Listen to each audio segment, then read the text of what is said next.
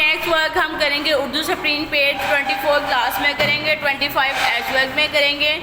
तस्वीर को देखकर दायरा लगाएं। आपने तस्वीर को देख के क्या करना है, दायरा लगाना है। व्हाइट बोर्ड की तरफ देखिए प्ले ग्रुप। मुझे बताइए कौन सी तस्वीर है?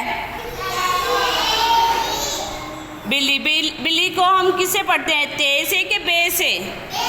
बे से। हम किसके ऊपर दायरा लगाएंगे? बे के ऊपर।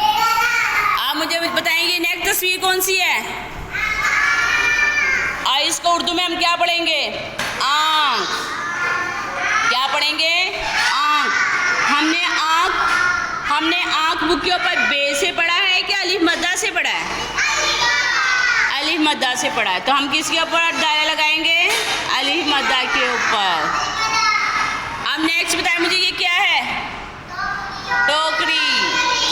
कौन सी तस्वीर है? टोकरी से है कि टे से?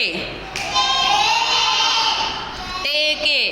टेटा टोकरी। इसके ऊपर हम टे के ऊपर क्या करेंगे? सर्कल करेंगे। आपने भी अपनी बुक के ऊपर ऐसे ही सर्कल करना है। ओके।